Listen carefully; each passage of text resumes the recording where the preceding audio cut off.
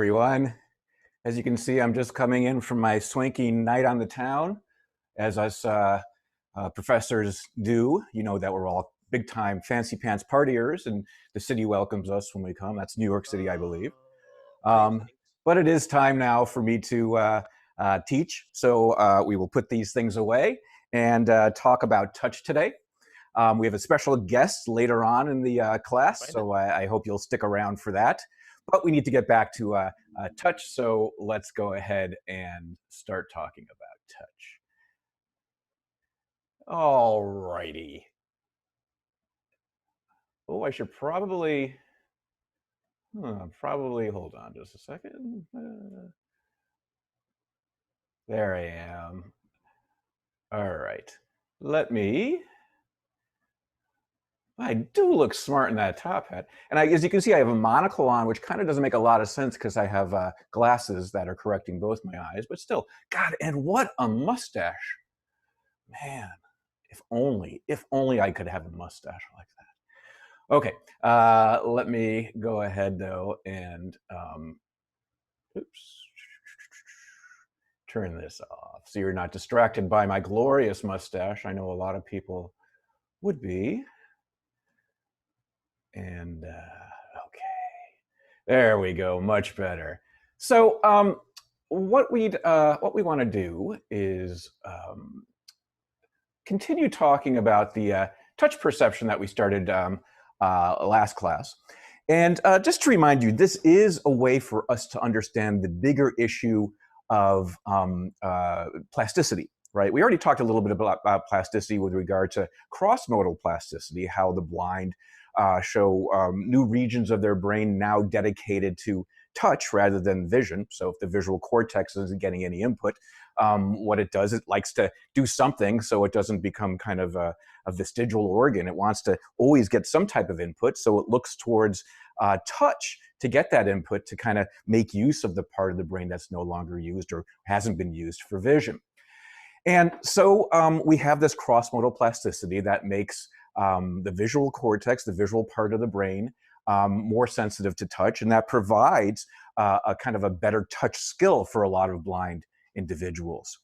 But then we talked about how this can happen in much more kind of common cases, and maybe lower grade deprivations than just being born blind or being blind later in life, like being blindfolded even for a short period of time, such as 5 days or 3 hours. And then we started talking about how plasticity is a general strategy of your brain, and how as you become an expert in something, whether it is something like Braille, whether it is playing the violin, whether it is playing piano, or using tools for a long period of time, in fact, your touch brain does change and kind of devotes more room to that expertise. And we talked about how that can actually be done in the context of an experiment where people are moving around little cork-like objects using tongs, and how the part of their brain that is devoted to touch actually makes room for the tongs almost, and it expands the area for the fingers, but it also seems to expand an area disproportionate to the fingers, almost as if the tongs have become a temporary part of the body. And that's the big story here with plasticity, that the brain can change to kind of enhance the expertise, to kind of follow the expertise and support it as it becomes something that occurs over time. So now what we're going to talk about is some of the technical details. Oh yeah, the last example that we talked about at the end of class last time was the idea of pianists actually increasing their sensitivity to touch, largely because of what happens in the brain as the brain kind of gets more devoted to touch for that skill, for piano playing skill. Okay, so they have greater touch sensitivity. But now what we're going to talk about, and I'm going to kind of give a little warning here, are the technical details of what goes on during plasticity. So I will just preface this by saying, in fact, this is probably the most technical slide we're going to get this quarter. So I decided that it would be a good thing to do it first thing in the morning, first thing as we do our presentation today. And kind of take it slowly and make it a very intuitive example, so you're not overwhelmed with something that's going on with neurons. But we are going to talk about neurons here and how neurons change due to plasticity. We're going to make it very intuitive again. Specifically, what we're going to be talking is how short-term plasticity, changes that occur with a short-term expertise, through practice become long-term plasticity. And the idea you can think about is maybe when you learn to ride a bike, or you learned a skill in a sport, maybe learning to catch a ball when you were very young. That's the one I often think about, learning to catch a ball. I do remember this. I mean, at least I believe I remember this, that, when I was quite little, what, 3, 4, 5, my dad would throw a ball to me, and it would be difficult for me to coordinate it. And I would often drop the ball or miss the ball completely. It's kind of hard to coordinate your little hand with a big baseball glove on it. But then after a while, you get it. You're able to catch the ball, and then it becomes second nature. Now probably for most of us, if somebody threw you a softball, a Nerf ball or something like that, you'd be able to catch it 90-something% of the time if it came right to you. And that change from kind of an effortful type of catching to a kind of non-effortful, kind of a second nature. You barely have to open your eyes to do it. You can be talking to somebody now as I throw you a ball, and you'll be able to catch it with no problem. You don't need to devote your attention. That shift is essentially going from short-term changes as you're learning something to making it part of your body, part of your nervous system. And we're going to understand a little bit about the neurophysiology, a little bit about how the neurons change as this occurs. Okay, here's the image I want you to have in your brain. I don't, again, want to make this too technical, so I want to make it intuitive.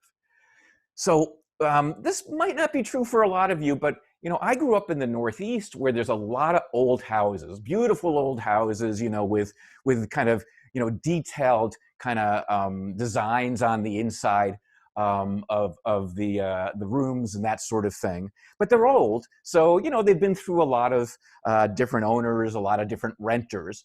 And I remember the first house that my parents owned. It was very modest, back in Boston, Massachusetts, where I was born and initially grew up. It was a very old kind of apartment. I think we just owned the bottom part of a house. And we had a living room that had a door in it that went to the dining room, okay? However, the people that lived there before us, they decided that there was another way to get to the dining room. They could go around down the hallway.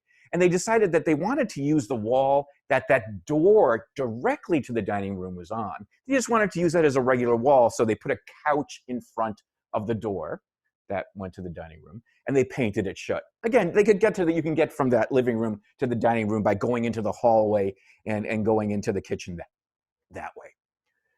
But when my parents got there, they said, I think it would be good if we actually had a direct way of getting from the kitchen to the dining room without going into the hallway.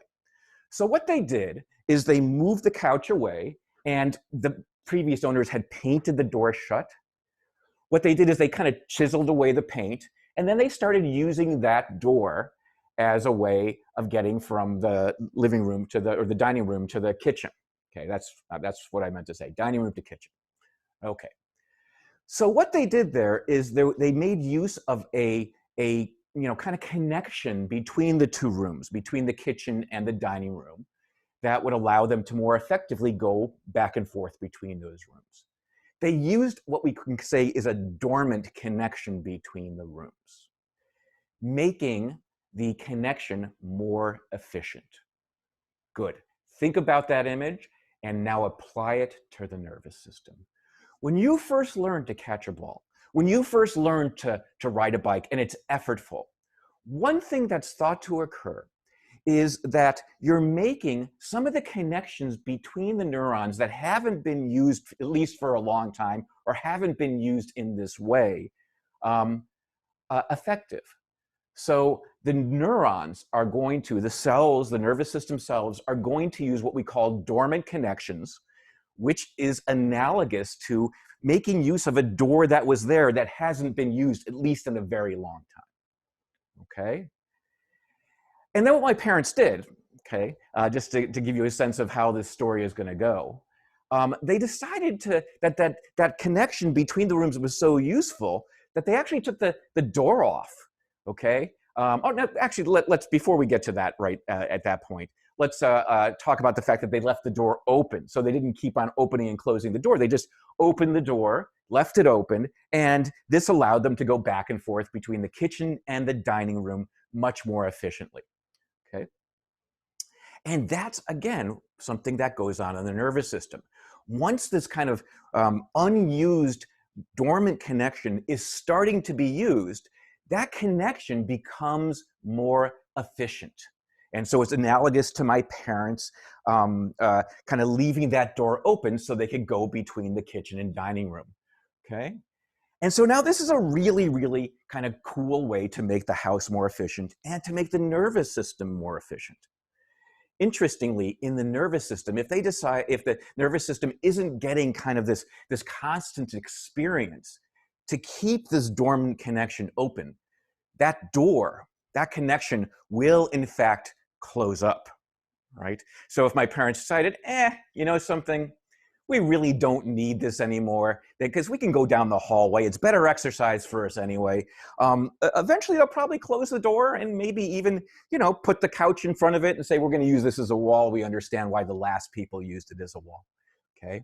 However, if they find, boy, this really is effective, and by then they had 2 kids. They had me and my brother. And, you know, when you have kids, you want to get between the kitchen and dining room as fast as possible because kids go, more water, mommy, more milk, mommy, that sort of thing. So what my parents did is then they took off the door. And in so doing, they kind of made this kind of short-term change a little bit more permanent. And you know, this is something that goes on with short-term plasticity in the nervous system, where the connection between the neurons is getting reused, which is good, and that makes that connection no longer dormant, it makes it more kind of permanent. And that's where you start to see the rise of what's called long-term plasticity, where now those dormant connections are sustained. Okay, so now the connection between the neurons that connection that wasn't being used before you started learning a skill is being used to the point now where it's sustained. And that's like analogous to when my parents took off the door between the dining room and the kitchen. So when they took off that door, they made that once dormant connection now more or less permanent. And it did a new thing too. And I remember my parents doing this. They had, you know, they were just starting off. They didn't have a lot of money, but they did get some money eventually. And they decided what they're going to do is they're going to do some small renovations in the house. And they said, boy, we love the fact that the kitchen is now permanently connected to the dining room. It makes things easier. It actually opened up the kitchen and the dining room a little bit. You could see, you know, it made both rooms feel bigger. And they said, we're going to actually knock down the walls between the kitchen and the dining room. So now both rooms seem large, and it is so efficient to go back and forth between these rooms, which is good when you have 2 young kids screaming for food and milk and all that stuff, okay? And so what they did essentially was they kind of made a new connection, or at least increased the size of the old connection, but made new connections too between these 2 locations. And that's what goes on with long-term plasticity. So the more the short-term changes are used, eventually not only are they sustained, you know, the door is now taken off its hinge, you can go back and forth between both rooms, that in fact you can make new changes so that passageway, that connection between the 2 rooms is now even more efficient. So by creating a larger space, by knocking down the walls, they connected the rooms in a new way. And that's what it's like for long-term plasticity. That the short-term connection, that opening of the door, allowed then a better passage, a better connection, a more efficient way for the nervous system, going back to plasticity, the nervous system to communicate. so that eventually that dormant connection became permanent. The door was taken off the hinges. And then beyond that, the new connection of knocking down the actual walls between these two locations was created. And that's how long-term plasticity occurs. So the idea in, going back just to the nervous system now, the idea of short-term plasticity going to long-term plasticity is the idea of dormant connections becoming now permanent connections, which lead to new permanent connections forming. And that's what happened in your nervous system when you learned to catch a ball when you were young. Okay, at first it was effortful, right? And if you didn't keep it up, you might know this as an adult. If you don't keep practice up, it doesn't become second nature. Short-term changes just kind of revert back. But if you do keep it up, it becomes a long-term part of your nervous system. And that's how, short-term plasticity kind of gives rise to long-term plasticity. And this is great because this applies to so much, doesn't it? Right? It applies to you learning new skills as a kid, riding a bike, learning to catch a ball. And it applies to you learning new skills as an adult, right?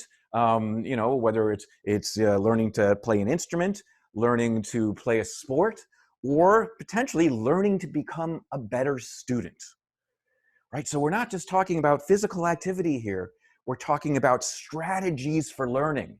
And science has gotten good at kind of tracing what happens in the nervous system for short-term learning a skill that is effortful, that takes lots of practice, to long-term learning, right? I mean, you can think of so many different examples of this, like when you're learning an instrument or learning a sport or something like that. What is first effortful and takes practice then doesn't take much practice, right? So when you were learning to return a tennis serve, at first you had to really concentrate at it, but then what happened is that became second nature to you in that move from effortful action to kind of second nature, automatic, reflexive types of actions. It went from short-term plasticity to long-term plasticity, and now you know generally what happened in the nervous system for those things to occur. In fact, this is the basis of plasticity in the blind that we've talked about, right? It is the basis of allowing if you lose your vision later in life, it's the basis of allowing now the visual brain to now make use of touch or sound to become better. When you're learning a new skill, as I said, when you're learning a sport, when you're learning to play a musical instrument, that expertise is exactly based on short-term plasticity going to long-term plasticity. So think about this. So this is the way to think about it when you're learning about this in other classes, or you're taking the test in this class, or we're going to see this applied to other phenomena as we go through the rest of the course. Think about little baby Rosenblum with his little baby brother in his house with his parents in Boston, Massachusetts, where we have, this old kind of interior construction, making use of a door between the kitchen and the dining room, taking the door off the hinges, and then eventually making the wall disappear between those two rooms. That's going from short-term changes to long-term changes, okay? Making the communication more efficient, essentially making it one big room. And that kind of connection is what we call like second nature when we experience it in our bodies, and the nervous system is coming along with that. Okay? Let's talk about an experiment now that kind of shows this, that kind of demonstrates this, to really give you a sense. It's an experiment on motor learning, but that's okay. I think it does such a nice job on kind of teaching us something about the various types of plasticity that it's going to be very useful. So it involves people learning to play a pattern on a keyboard. So the keyboard I'm talking about right there is right there. Right now, do I have one here I could use? No, I don't. Not handy. This is actually my own keyboard, but just imagine it's there. And I'm gonna go ahead and learn a little, I think maybe it was a 16-key pattern on that keypad. you know, and basically it's just, you know, this is all, by the way, these are all novice keyboard players. This is anybody, they didn't use anybody who had any experience learning or knowing piano or organ or anything like that. But they taught them to play a 16-note pattern on that keyboard. And it's not too hard. It's the same 16-note pattern over and over again. And what they were interested in monitoring was what happened in the brain as they learned the 16-note pattern. And so what they did is they first did brain imaging on these subjects before they learned the 16-note pattern. And then after practicing the 16-note pattern for 2 hours. That's a long time, I know. You know, they gave them little breaks and stuff like that, but they really wanted to set up plasticity in the brain. And by the way, the plasticity in this case is the motor area, but it doesn't make a difference. I know it's a perception class, but understanding what's going on in the motor brain certainly applies to perception as well. So they have everybody practice for 2 hours a day for 5 days. I know it sounds really boring, but you know, it's something. It's for science, and they got paid $1 million. I have no idea how much they got paid, but they got paid well, and they took it seriously, and it helped science. So yeah, it's boring, but they did their best. And here's what they found when they did brain imaging. So they did brain imaging before each 2-hour session on each of those 5 days, and then after each 2-hour session. And they did find brain changes. They did find that the motor area of the brain did change after those 2 hours of practice on each of those 5 days. So the brain reorganization did appear after each practice session. Okay, so they, you know, you go into the lab, they do an image of your brain, particularly the motor brain. They see what it's organized like, and then they have you come out of that imaging device, practice the keyboard pattern for 2 hours, and then go back in. And what they found was that brain organization changed, you know, in ways that make sense, by the way, just if you're interested. The motor area is kind of like the touch area. In fact, they're right next to each other. Right here, right here. What they found was that more area was dedicated to the fingers involved in the action, in the keyboard playing, after the 2 hours of practice each day. So again, they come in, they look at the brain, they look at the part of the brain that's dedicated to moving the fingers, and what they find is it's just like everybody else's brain. But after 2 hours of practice, they go back into the scanner, and now the motor areas of the brain show a larger portion of itself dedicated to those fingers that were used. Okay, makes perfect sense. Cool. All right. So one group of subjects is done with the experiment now, at least for now. We're going to ask people to come back, but you're lucky you don't have to practice this keyboard pattern for 2 hours a day. But there's another group, another half of subjects, and guess what they are asked to do? They're given a keyboard, okay, along with a lot more money. $1 billion. No, I'm kidding. And they're told to do this for 4 more weeks. I know, practicing 2 hours a day. I think they gave them a little break on the weekend, but you know, for during Monday through Friday, we're going to pay you a ton of dough to practice the keyboard pattern for 2 hours a day. All right, and they do it. And then both groups come back to the lab. The group that went home and practiced and the group that didn't practice. And let's talk about the group that did practice. They're going to be the important ones. They come back and they go into the imaging device, and into the device that's going to take a picture of their brain. And what the scientists see is that before they do the 2 hours of practice in the lab, in fact, their brains look like they had just already practiced for 2 hours. In other words, their brain reorganization appeared before the practice session, after they had practiced the sequence for 4 weeks. In other words, that reorganization became sustained.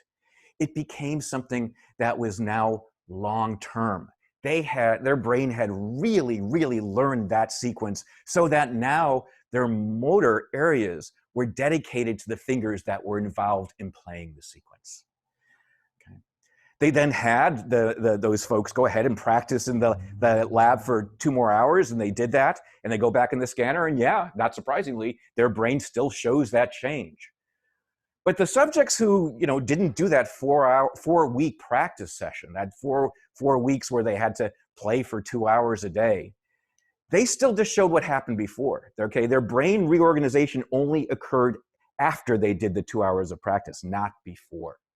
So in other words, with 4 weeks of practice, you basically become a keyboard playing expert with regard to that one sequence at least, and it becomes second nature. These folks were much better, of course. They practiced for 4 weeks, but their brains had changed. So the change was obvious. It was evident even before they played each of those times.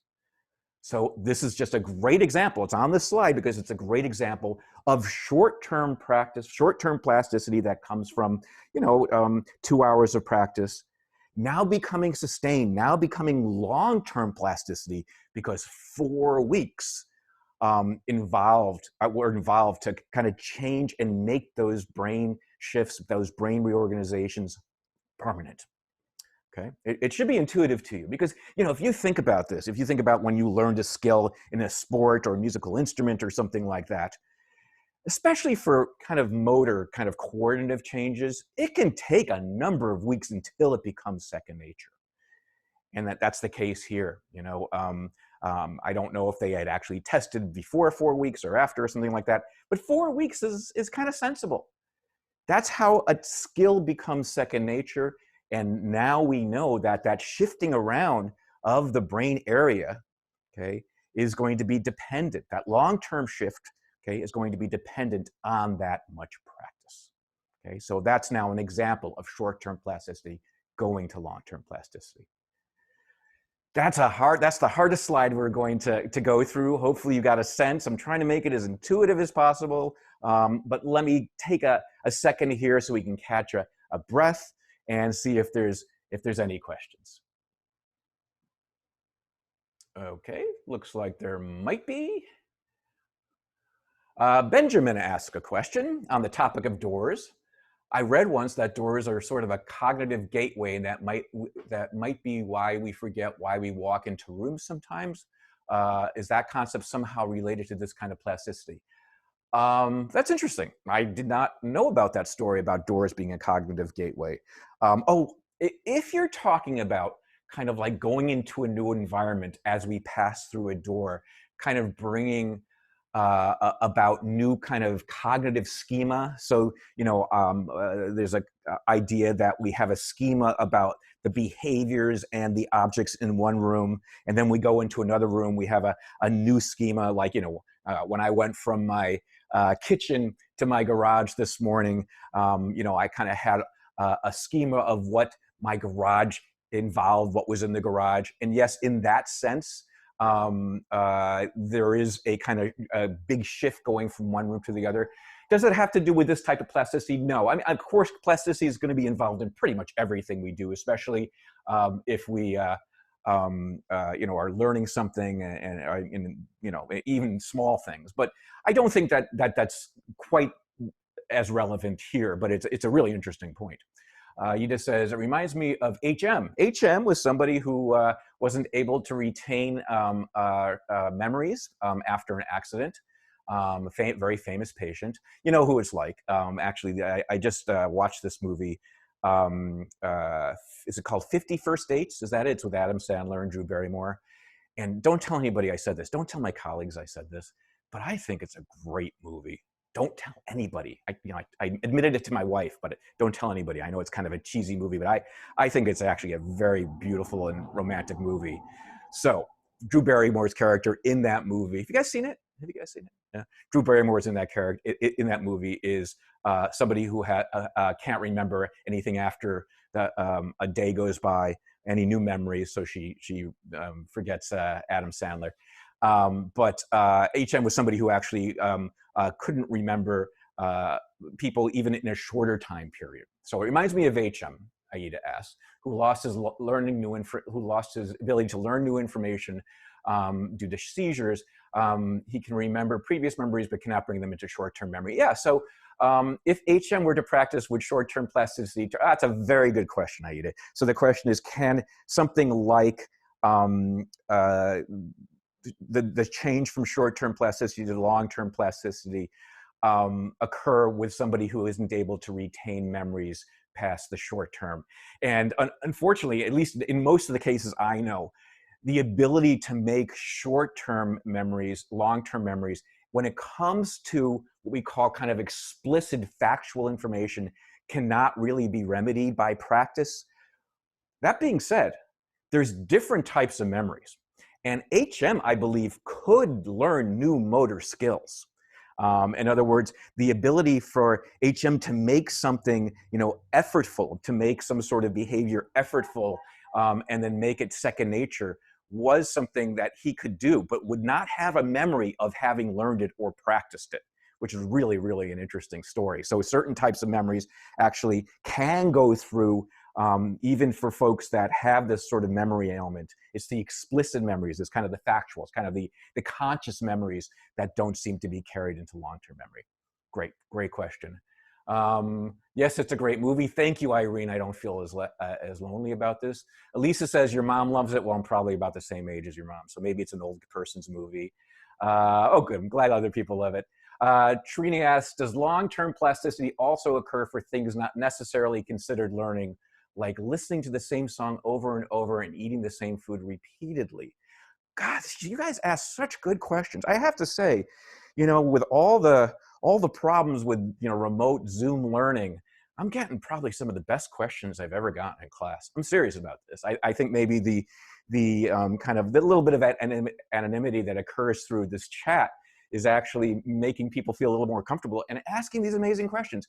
So that's a very, very good question. Does long-term plasticity also occur for things not necessarily considered learning, like listening to? Yes.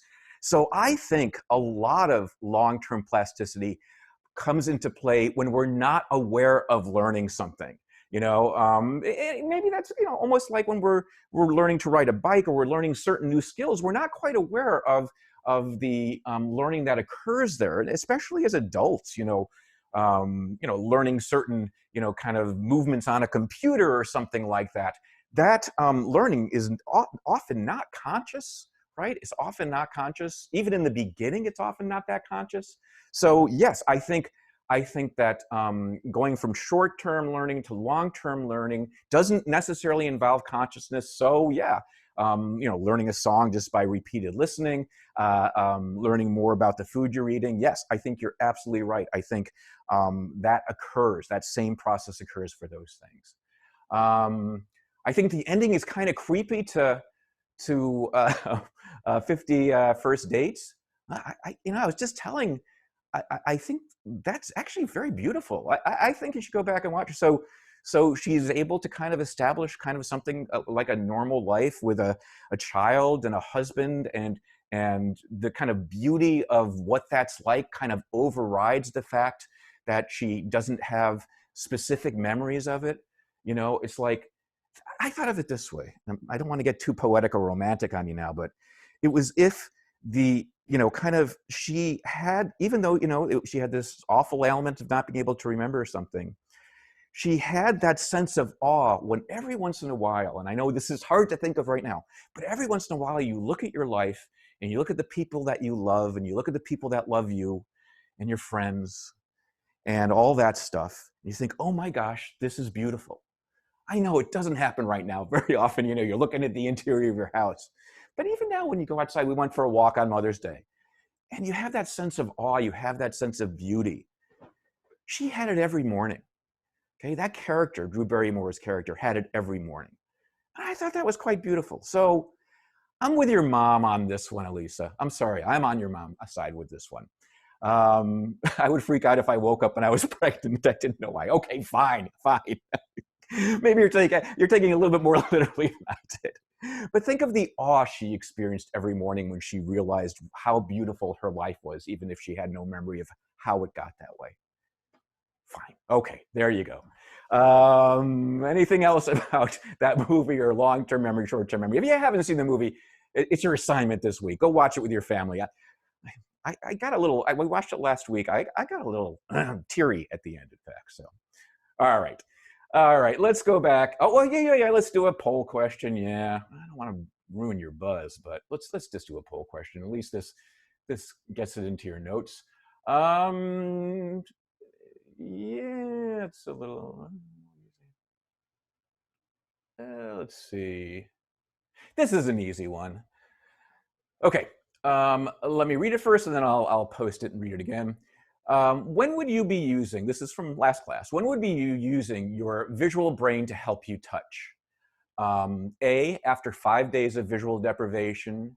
B, after 3 hours of visual deprivation. C, when trying to identify a spatially complex object by touch, for example, keys in your pocket. Or D, all of the above. So think back, and think back of the last few slides we had over the last class. When would you be using your visual brain to help touch? Under what situations? Would you be using your visual brain after 5 days of being blindfolded, after 3 hours of being blindfolded, or just in the situation where you're reaching into your pocket trying to find the key that opens your front door of your home, or all of the above? Let's see how we do.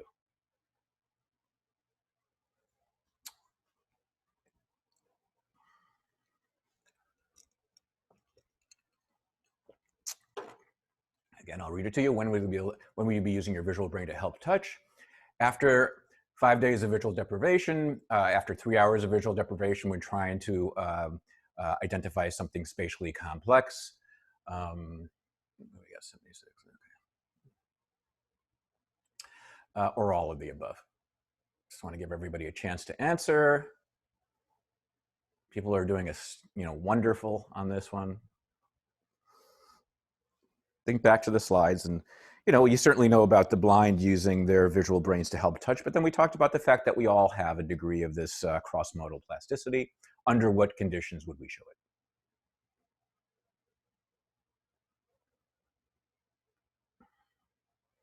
it? Okay, looks like we've pretty much gotten everybody's response, more or less. Stopping it here, and I will share the results with you, and the vast majority were absolutely correct. So it is D, all of the above. It is the case that if you're blindfolded for 5 days, yes, you will absolutely start using your visual brain area to help you touch, okay? But then we talked about that even 3 hours of visual deprivation, being blindfolded for 3 hours. And we've tried this a little bit in our lab. We didn't do imaging, but we found that people's skills started to improve a little bit for touch and hearing. So yes, after 3 hours, brain imaging research suggests that you do use your visual brain to help you touch. And then finally, we talked about this one other example where potentially our visual brains become active as we're touching something complex, okay, such as pulling out a key from our pocket. So in all of those cases, we do use our visual brains, and the correct answer, therefore, is D, all of the above. Great. Most of you did wonderfully. Any last-minute questions on this? Okay, I think you're going to find this. Oh, did I not share results? Sorry, sharing poll results. Okay, well, there it is again, just in case you want to take a picture of it or something. The correct answer is, in fact, D. There you go. Sorry about that, everybody. Okay, so let's go back and continue our discussion of plasticity. And I think you're going to find this next slide very interesting because there is something I didn't tell you about that experiment we just discussed that I think you're going to find very interesting. Oops. Oh, okay. I don't have a slide for this. I'll improvise. Just a sec. Yeah. There was a group that did something other than actually practice the keyboard pattern for any period of time. Actually, they learned the pattern first on the keyboard, but then they were asked to do something else. They were asked not to actually play it, but to look at the keyboard and just imagine playing it. Do mental practicing. Okay? And what was found was something very interesting. So imagine, okay, so first of all, you're being scanned beforehand, and so they can look at your brain, they look at your motor area to determine its kind of baseline organization. Okay? And then you're taught the keyboard pattern very briefly, maybe for a couple of minutes. And then you're told to sit there and kind of look at the keyboard and imagine yourself playing it over and over again for 2 hours. And they do it for 4 days in this case. And what was found was something very interesting. They improved in performance, first of all. Okay? They did, in fact, improve in performance. And then when they were scanned, after the mental practicing, not actually ever touching the keyboard, they showed the same plasticity as the folks who physically practiced for 2 hours. This is a really, really kind of surprising finding. We did know something, I mean, researchers did know something about the benefits of mental practice if you've ever taken a sport seriously, you know, ever on your high school team. I know my son's on his tennis team, and they tell him about this, that, you know, if you don't have your tennis racket handy and you're kind of just daydreaming or you're in a car, you know, certainly as they were driving to their tournaments, they told them this, mentally practice. Imagine practicing from the position that you would be in, and imagine yourself swinging at the ball and serving the ball, and really try to get as vivid image as possible and a successful image of hitting the ball over the net, hitting the ball in the right location so you can ace your opponent. And research suggests that that actually works. That does help people. Now, whether it actually, you know, is just kind of a confidence boost or something more, it was unclear. But now it's becoming a little bit more clear that the practice one does mentally induces some of the same neurophysiological changes in the motor areas that actually performing the skill physically do. Okay?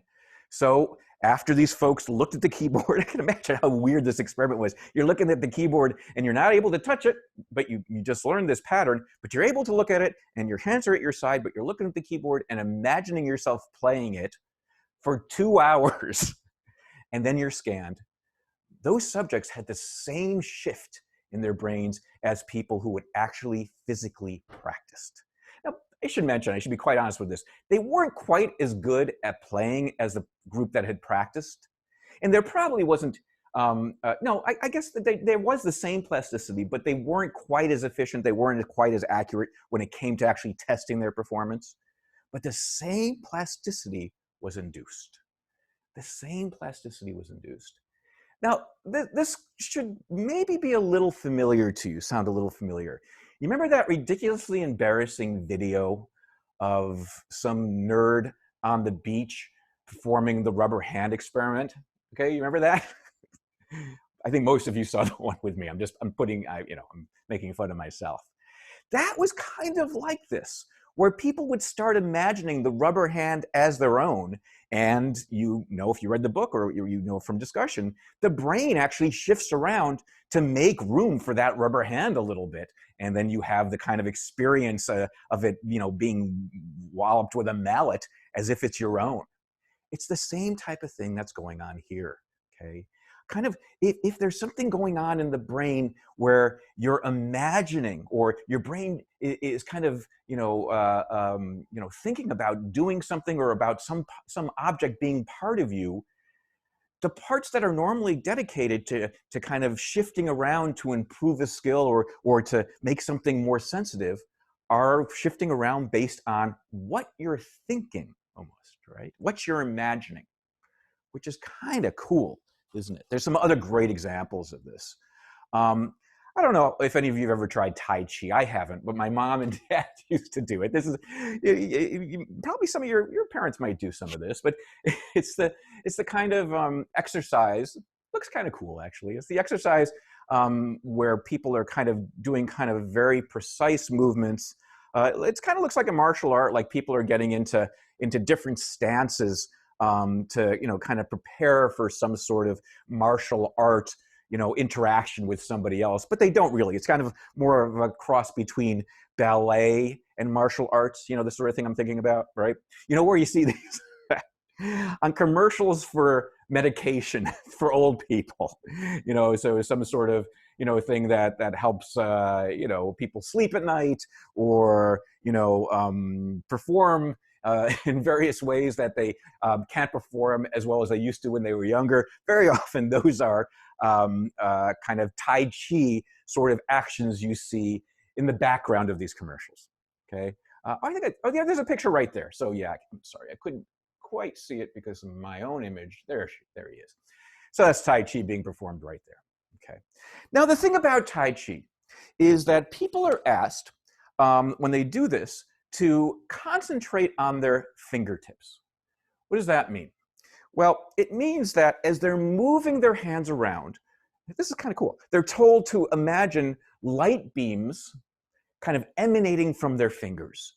And that is a way for the Tai Chi practitioner to try to get their hands as kind of controlled as possible. So you can imagine, imagine I have light beams kind of leaving my fingers now, and I'm kind of now using those light beams to kind of glide, to paint across what's, the trees and grass that are in front of me. And so there's intense concentration over periods of an hour or something like that, where people are trying to concentrate on their fingers kind of, being in very precise locations as they move around, okay? So what happens? What happens with these individuals? By the way, I should say that these folks never contact anybody, right? That's part of Tai Chi. It's a contactless sort of martial art, right? It's again, as I said, it's more like a combination of ballet, but there's no touching ballet and a martial art. So you're never actually engaging in fighting or kind of mock fighting with somebody. There's no contact, nor is there any contact of the actual fingers. The fingers don't touch anything. That it's not like this it's this sort of thing with Tai Chi. It's all like this, that sort of stuff. However, if you test people who've been doing this for some period of time, like my parents, I think each did it for at least a year or so, they would have shown this really interesting effect. They would have shown kind of greater sensitivity, greater touch sensitivity than they had before they started Tai Chi. So remember, we talked about how you might test touch sensitivity, where you put little prongs on the fingers and people have to tell you whether it's a single touch or two touches by these two prongs. And the more sensitive you are, the closer these prongs can be for you to say, oh, I know that's not just a single touch, that's two touches. And my parents and other people who had practiced Tai Chi for up to a year or so would show greater touch sensitivity despite never having touched anything during the training. What they are doing is mentally concentrating on their fingers and trying to get things as precise as possible, okay? Imagining their fingers kind of emanating some sort of energy. Now, of course, this is all, fantasy in a way, right? But they are able to improve their touch sensitivity this way, which was really interesting. I mean, you can imagine how people interested in kind of helping rehabilitation with the elderly would be very interested in this. It's one thing to say, oh yes, it helps balance. I'm sure it helps balance. It helps coordination. I'm sure it does. I mean, these are probably wonderful for older people who are dealing with issues here. But the fact that it enhances touch with the fingertips, even though the fingertips are never touching anything, okay, is really interesting. And the idea here is, again, by having the mind concentrate on these things, there's an enhancement in a way. Okay. So attention, kind of, I guess, conscious attention to different aspects of the body can actually change how the body is represented in the brain. And it's really interesting. And there's just one more example I want to give you on this one, and it's actually in a laboratory. It's the same general idea, okay? But this time, what we're going to do is we're going to actually allow something to touch the fingers, and it's this very, very fancy sort of apparatus here, right down here, that I want to talk about. So as far as the subject is concerned, it's just a metal plate where you rest your four fingers right here. Underneath the metal plate, though, is a series of little rubber brushes. Do I have anything like that here? No, I'll just use this thing. So little tiny rubber brushes. Can you see these here? Yeah, little rubber kind of, little rubber tongs that are kind of gently swipe across the fingers. And as they gently swipe across the fingers, they do so in different patterns. So there's two simultaneous patterns going on as a person feels this. It's a pattern where there's 4 different prongs here, and they might touch the 4 fingers in the order like this. Okay, first this one gets touched, and then this one gets touched, then this one and this one, and again that happens. This one, this one, this one, and this one. And half of the subjects will be told to attend to the touch that occurs across the fingers. They're also told this, that sometimes the little brushes will go forward and sometimes they'll go backward, but ignore that. Just concentrate on how the fingers, the ordering of the fingers are stimulated. This one may be first, this one second, this one third, this one fourth. Okay, and they're told to maybe every time that happens to push a button. Every time it goes pinky, index, middle, ring, push a button. So they're tending to the pattern and ignoring anything that's going on with the brushes on any individual finger. Okay. Another group of subjects is getting the exact same stimulation. Okay, the exact same thing's happening to them, but they're told to actually ignore the pattern as it occurs across the fingers and instead just attend to a single finger. Just attend to what's going on your index finger. And as I said, the brushes sometimes go forward, the brushes sometimes go backward, okay? Their job is to attend to patterns of forward and backward brushing on the index finger. So yeah, all the fingers are being stimulated, but ignore those other fingers. Just try to recognize when you get this pattern. Forward touch, backward touch. Whenever you feel a pattern like that, push a button, okay? So you get 2 groups of subjects attending to the, 2 groups of subjects that are getting the exact same finger stimulation, but importantly, are attending to 2 aspects of it. One group is attending to the stimulation that occurs across all the fingers. Another group is attending just to the stimulation pattern on one finger. And what they attend to determines how their brain reorganizes to learn this skill. Okay, so its attention to finger touch would actually enlarge the area of the brain, in the touch brain in this case, this what we call the somatosensory cortex, the touch brain area, the part of that brain area that is dedicated to the index finger will get larger. If on the other hand, the subjects are told to attend to the pattern across all fingers, all 4 fingers, the area in the touch brain dedicated to all 4 fingers enlarges, and is not disproportionately larger for the index finger. So that plasticity, all this cool stuff that seems to remap the brain in order for perceptual expertise to occur, depends not just on what's being stimulated and not just on, how things are being stimulated, but on what you are thinking, what you are attending to. And that's evident in this last little cool experiment. It's evident in the Tai Chi folks concentrating on their fingers, right? And it's evident in situations where people do mental practice as well as regular practice. It actually helps the brain shift around and establish plasticity this way. And it's the same type of thing where, enough practice, enough mental practice, enough attending to different aspects of it, if it's done over a long period of time, short-term plasticity can become a long-term plasticity, okay, by virtue of what you're concentrating on, what you are thinking about. So attentive practice. Now you can understand, it's one thing to go through the motions as you're practicing a new skill. It's another thing to be attentive when you're going through the new skill. It certainly facilitates short-term plasticity going to long-term plasticity. It's cool. It really is cool. It's kind of a way of kind of bringing in the consciousness, consciousness's role here, or at least, attention's role here in how the brain changes based on learning a skill.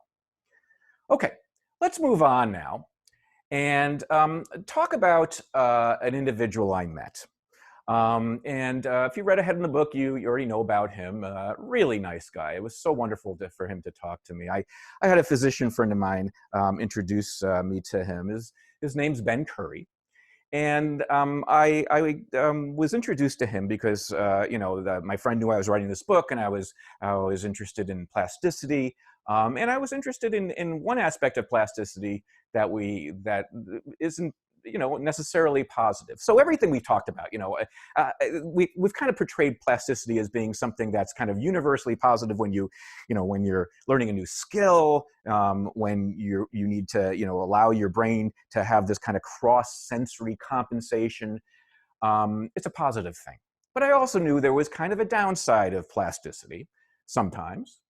Okay, and it comes with amputation. So Ben, who was in his 60s, I believe, when I met him, had just had his leg amputated.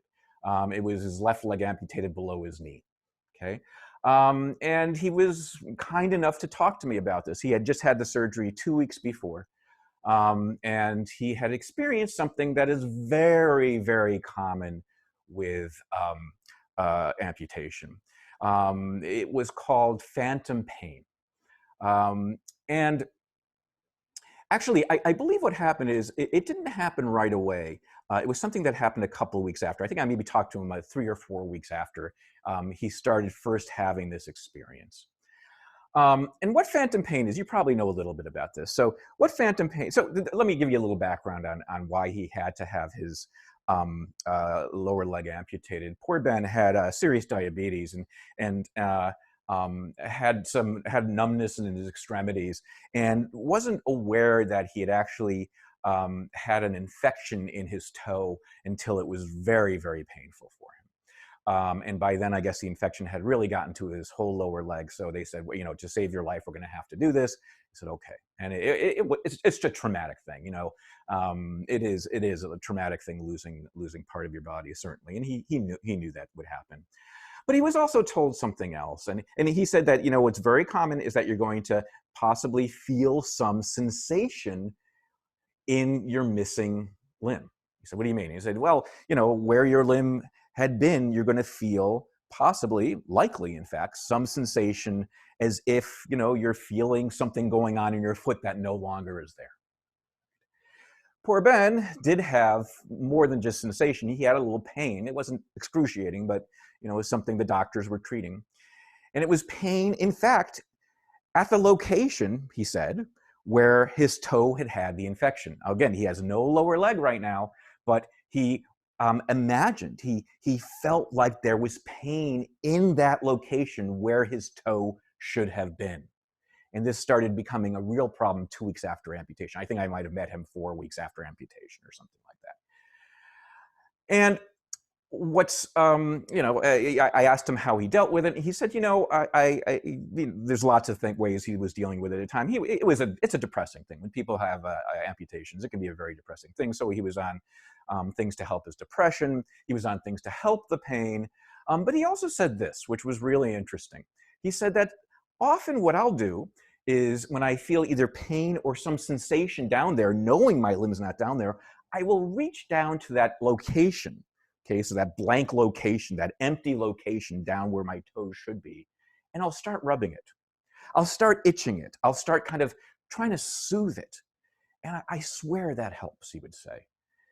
He had a great term for this.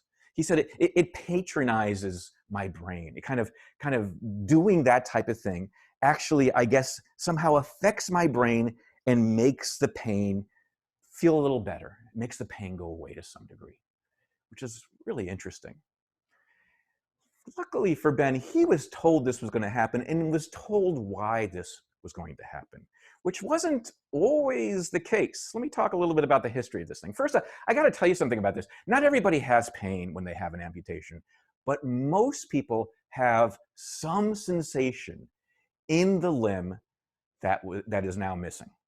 Okay, they feel like they're a little ticklish down there. They have a scratch down there. Very often, if that tickle, that itch, that pain will be in any sort of location that had pain previously, okay? But, you know, regardless, if there's an amputation, about 90% of the people who have this amputation will say that they have some sort of sensation. It's not always a pain. Most of the time it's not a pain.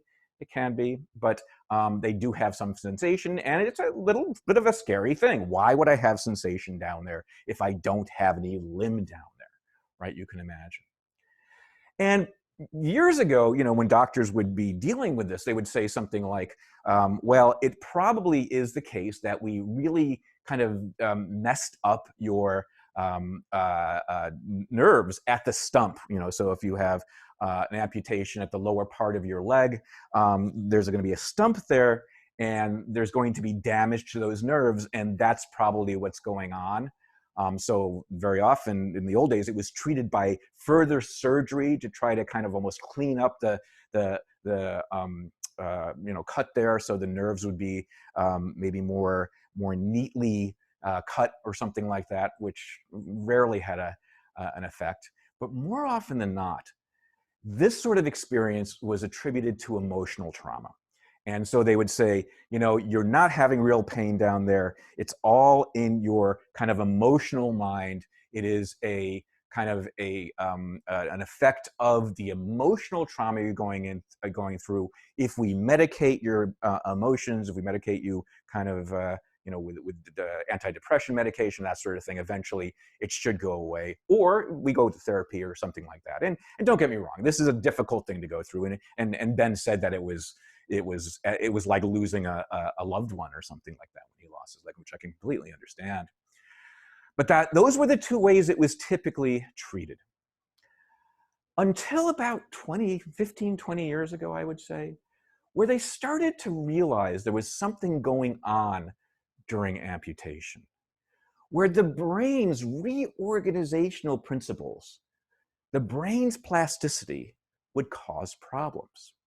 That when one loses a part of their body, that little map on the touch part of the body, in fact, gets drastically reorganized. And that what they call overexuberant plasticity can cause problems. In fact, so you can hear again, we have our little friend, the touch map, as we're looking at that little, this is again from, you're looking at a brain from the front, but you're looking at that little strip on the side, and this is how the brain is mapped for touch, right?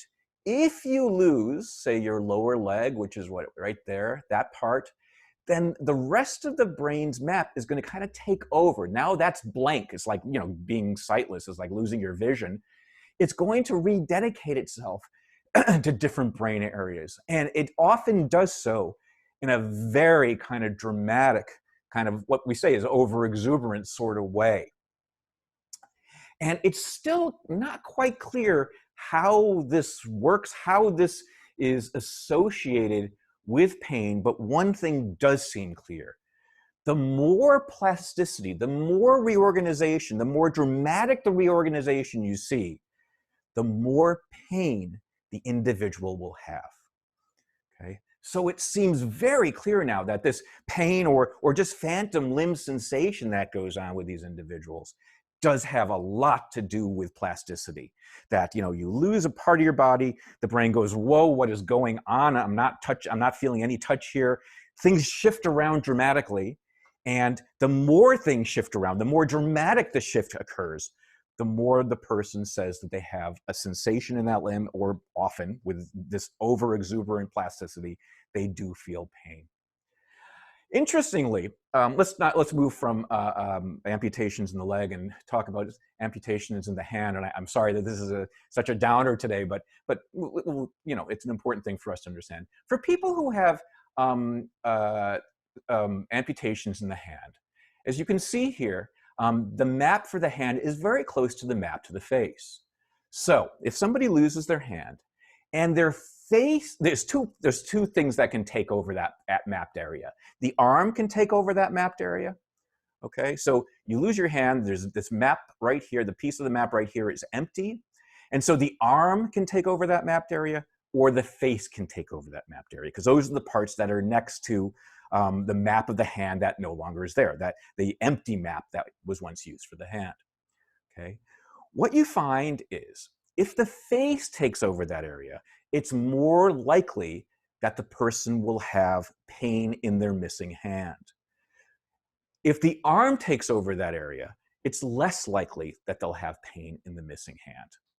So what we're saying here, and this isn't just true of the face and the hand and the arm and that sort of stuff, but what seems to occur is the more distant the body part in location on the body that takes over the empty map, okay, the more pain the patient will have. Okay, so again, here's the idea. I lose my hand, and based on the map that's on my touch brain, the arm could take over that empty map place, or the face could take over that empty map place. My arm is clearly more local. It's closer to the part of the body that's now missing. If the arm takes it over, I don't have a lot of pain. However, if the face takes it over, and it does happen, relatively often, that's when you get people saying they have pain. So again, we don't completely understand how plasticity bears on this pain, but we do have these two clues. The more dramatic the plasticity, the greater the pain. The more distant the body part that takes over the empty map, okay, from the part that's now missing, the more pain that occurs. And based on these sorts of insights, it has led to kind of some new therapeutic techniques to help people like Ben Curry with their pain, okay, with their phantom sensation. And one of the ways is actually depicted right here. It's called a mirror kind of therapy.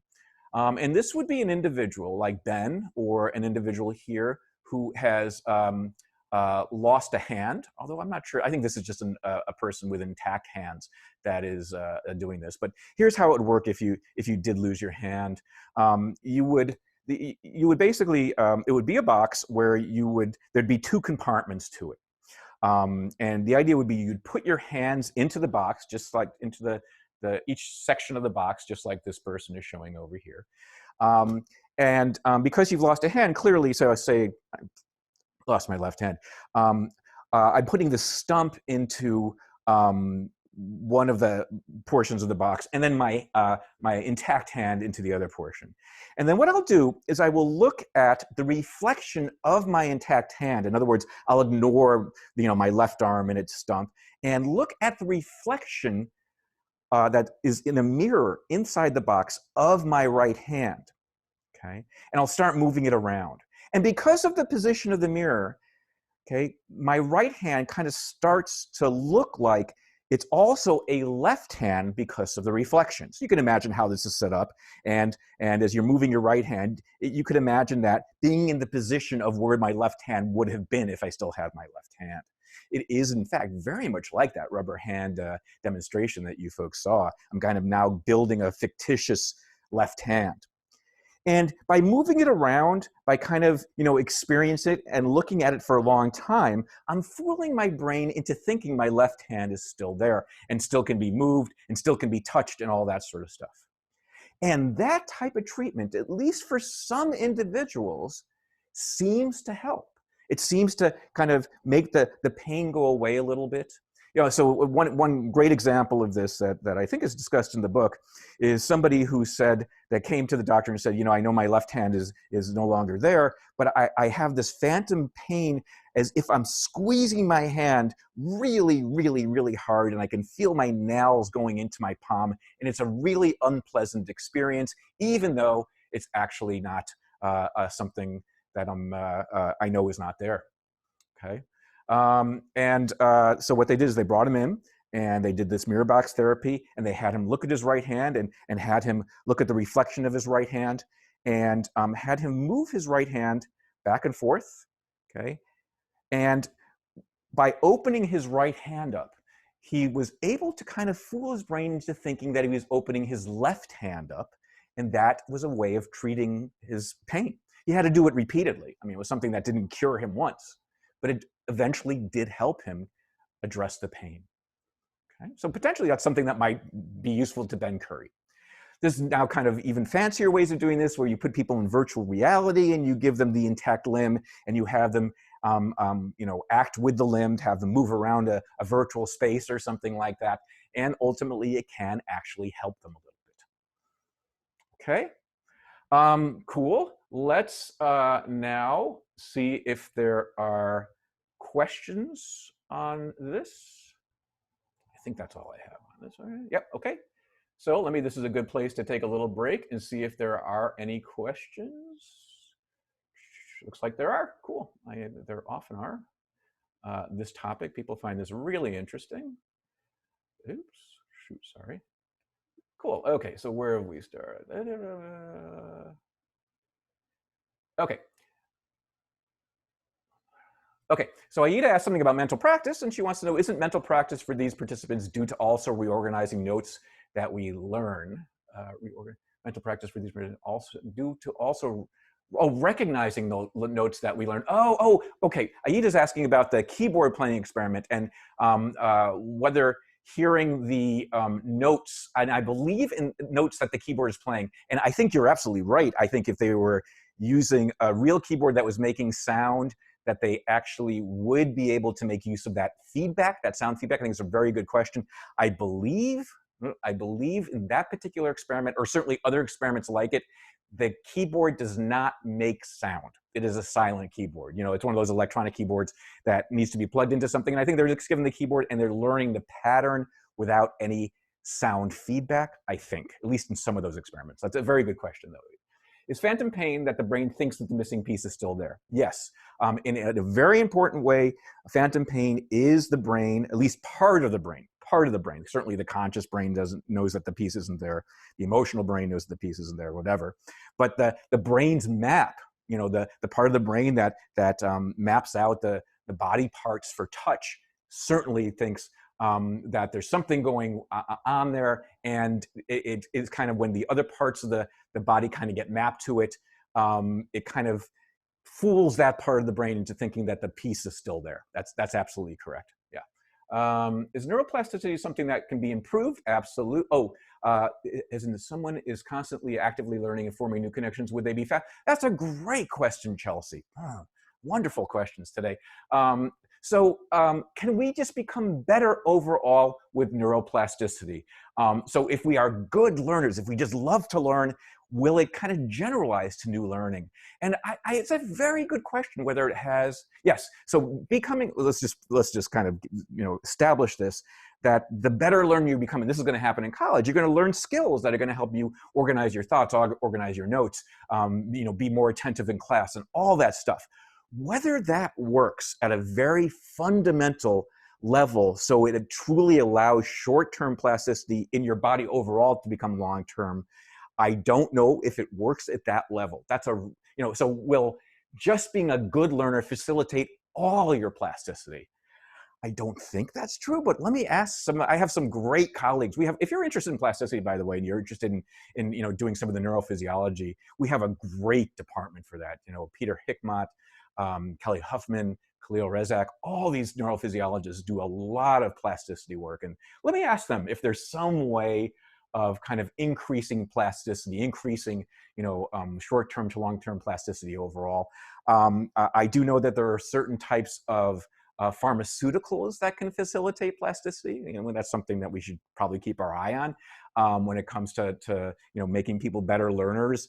If in fact something like Ritalin might actually help with that, I don't know. I'm not sure where that research is right now, but it's just interesting general question about whether you can increase overall kind of short-term to long-term plasticity by doing something.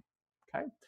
Do people who suddenly become paralyzed experience phantom pain, or does it apply? It largely applies, I believe, Brittany, it largely applies to amputees. I don't think, I should probably know this, whether somebody who is, paralyzed, meaning that it's not just they're not able to move their limb. If they're able to feel their limb but not move it, I would imagine that phantom pain and phantom sensation is not an issue.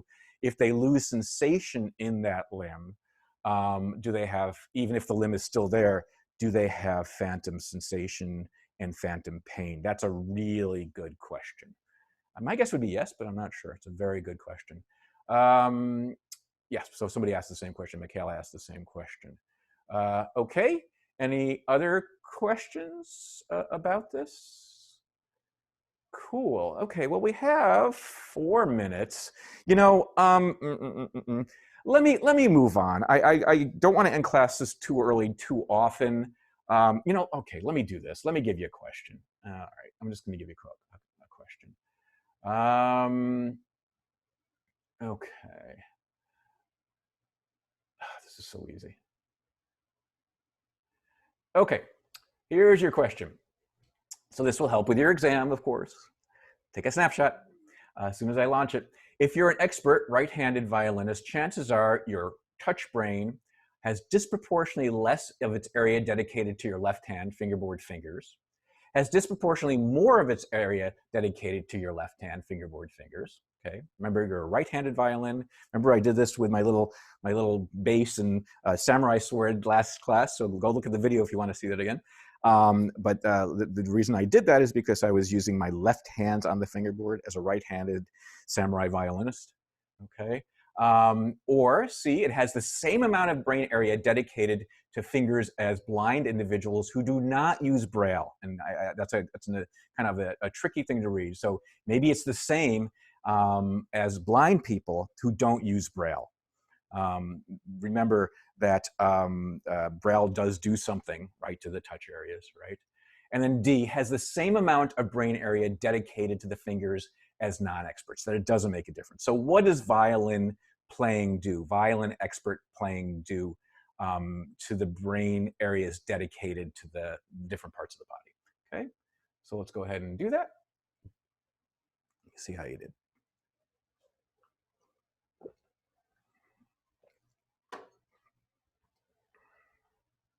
Uh-oh, okay, there we go. So it's a tough one. It's one of the reasons I gave this to you today, because I knew this was going to be a little more challenging now that I read it. If you're an expert, you're a right-handed violinist, okay? Chances are your touch brain has disproportionately less of its area dedicated to your left hand, disproportionately more of its area dedicated to your left hand, has about the same amount of the brain of a blind person who does not know Braille, right? So they're not using their fingers for Braille, or has the same amount of brain area dedicated to the fingers as non-experts. You're doing well.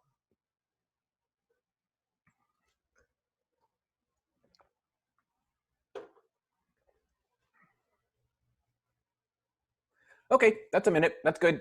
Let me end the poll and share the results right away to make sure we get that up. The correct answer is what most of you got, although this is a trickier one, is B. So when somebody is an expert violin player, they're using their left hand against the fingerboard, okay? And therefore, that's the hand that does the really, really tricky stuff. This hand does do tricky stuff, but it's more of an arm movement. It's the fingers of the left hand that really do it. So it does end up having a disproportionately larger area dedicated to the left hand, the fingerboard fingers. So the right answer is B. It wouldn't have less, okay, area dedicated to it, because this is what the expertise does, right? It increases the brain area where you're going to become expert.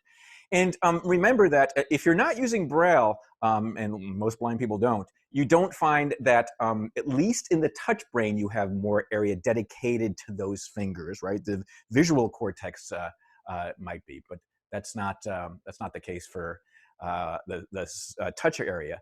And again, it's like the D is rejected because the correct answer is B. You have more area.